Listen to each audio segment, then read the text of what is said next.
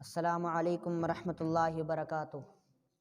الحمدللہ وحدہ والصلاة والسلام علی من لا نبی بعدہ، اما بعد فاعوذ باللہ من الشیطان الرجیم، بسم اللہ الرحمن الرحیم، انما یخشی اللہ من عبادہ العلماء۔ محترم سامعین، آج کی اس بزم سعید میں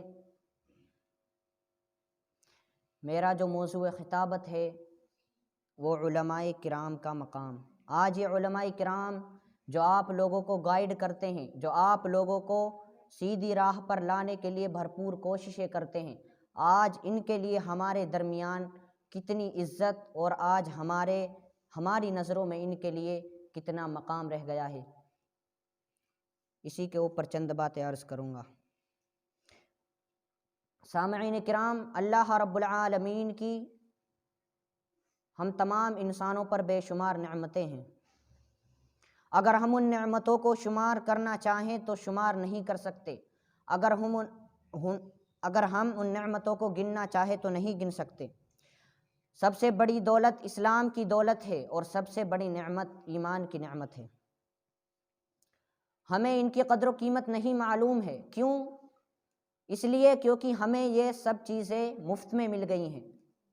اس کی قدر و قیمت بلال رضی اللہ تعالی عنہ سے پوچھئے، اس کی قدر و قیمت صہیب رومی رضی اللہ تعالی عنہ سے پوچھئے، اس کی قدر و قیمت حضرت زید بن حارثہ رضی اللہ تعالی عنہ سے پوچھئے، اس کی قدر و قیمت حضرت یاسر رضی اللہ تعالی عنہ سے پوچھئے، اس کی قدر و قیمت حضرت سمیہ رضی اللہ تعالی عنہا سے پوچھئے کہ جنہوں نے اسلام کی خاطر کتنی تکلیفوں کا سامنا کیا، نہ جانے کتنی قربانیاں دیں، انہوں نے لا الہ الا اللہ محمد رسول اللہ کی سر بلندی کے لیے کن کن مصائب کا، کن کن تکالیف کا اور کن کن مصیبتوں کا سامنا کیا۔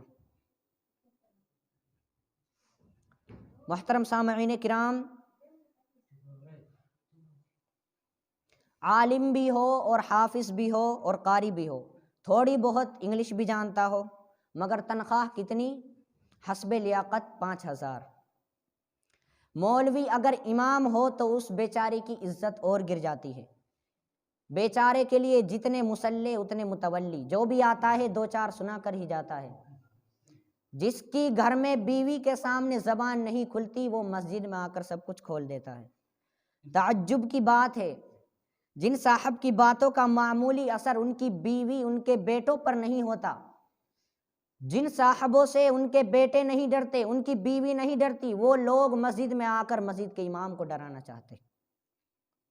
لوگ معمولی تنخواہ دے کر اخلاص کی باتیں کرتے ہیں، امام صاحب کی تنخواہ کو لے کر مذاق کرتے ہیں کہ آپ کی تنخواہ تو برکتوں والی ہے۔ سب کو پتہ ہے کہ کتنی برکتوں والی ہے۔ آج کل مہنگائی کا زمانہ ہے، 5000 میں تو گھر کے سامان بھی نہیں آتے۔ اگر امام الیکشن میں کسی ایک پارٹی کا ساتھ دے دے تو امام نے رشوت لے لی ہے، اور اگر ساتھ نہیں دیا تو امام کو گھمنڈ آ گیا ہے، ہمارے مخالف نے خرید لیا ہے۔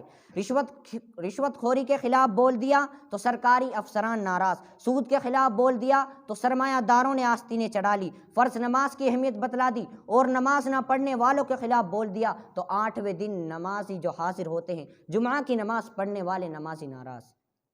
شراب نوشی کو چھیڑا تو نوجوانوں نے مول صاحب کو نہیں چھوڑا۔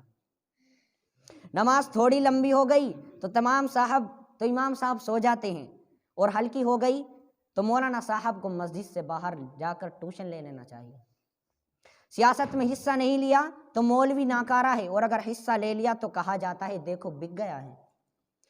چندہ کر کے بچوں کو پڑھائے تو بھیک مانگ رہا ہے، اور اپنی تجارت کرے تو اپنا علم ضائع کر رہا ہے۔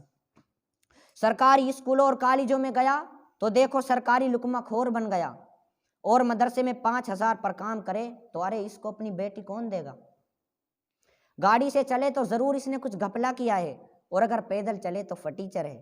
غلط باتوں پر ٹوکے تو پرانے خیال کا آدمی ہے، اور اگر نہ ٹوکے تو ساری خرابیوں کے ذمہ دار علماء کرام ہیں۔ قیامت کی بات کرے تو ترقی کا دشمن ہے، اور دنیا کی بات کرے تو دنیا داری آ گئی ہے۔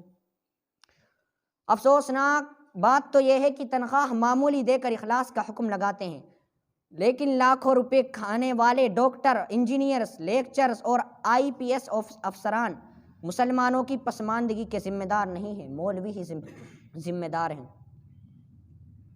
بیچارے مولوی صاحب کو تقریر بھی سوچ سمجھ کر کرنی پڑتی ہے، اس ڈر سے کہ کہیں کوئی ناراض نہ ہو جائے اور ان کی یہ آخری تقریر ہو۔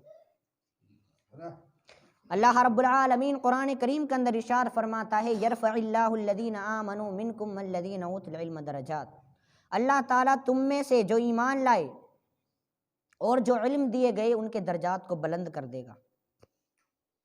عالم اور جاہل برابر نہیں ہو سکتے، جس طرح دھوپ چھاؤں برابر نہیں، جس طرح دن رات برابر نہیں، جس طرح اندھیرا اور روشنی برابر نہیں، اسی طرح عالم اور جاہل برابر نہیں۔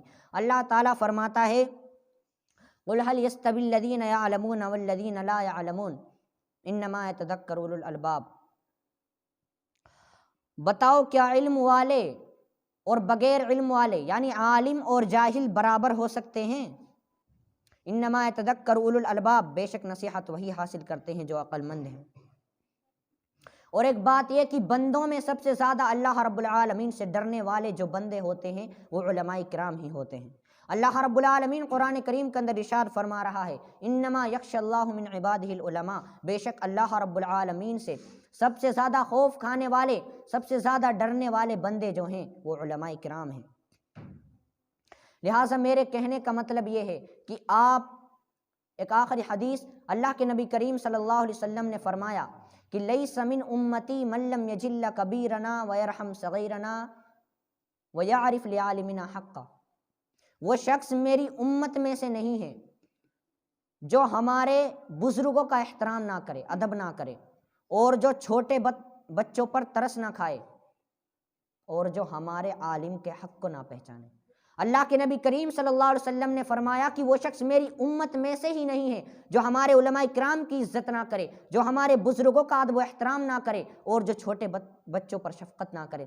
لہٰذا میرے کہنے کا مطلب یہ ہے کہ آج کل جو علماء کرام آپ کو صحیح راستے پر لانے کے لیے بھرپور کوششیں کر رہے ہیں، اپنی ان کی محنتیں جاری ہیں، آپ ان کو سپورٹ کیجئے، آپ ان کو اچھی نگاہوں سے دیکھیے، آپ ان کو حقیر نگاہوں سے نہ دیکھیے۔ اگر آپ ان کی عزت کریں گے تو اللہ رب العالمین یقیناً آپ کو اس کا اچھا صلہ دے گا۔ اگر آپ ہی ان کی عزت نہیں کریں گے، آپ ہی ان پر الزامات لگائیں گے یا حقیرانہ نظروں سے دیکھیں گے تو ان کی ہمت افزائی نہیں ہوگی۔ بہتر یہی ہے کہ آپ لوگوں کے لیے جتنی بھی کوششیں کر رہے ہیں، آپ ہر مصیبت میں، آپ ہر موڑ پر ان کا ساتھ دیں۔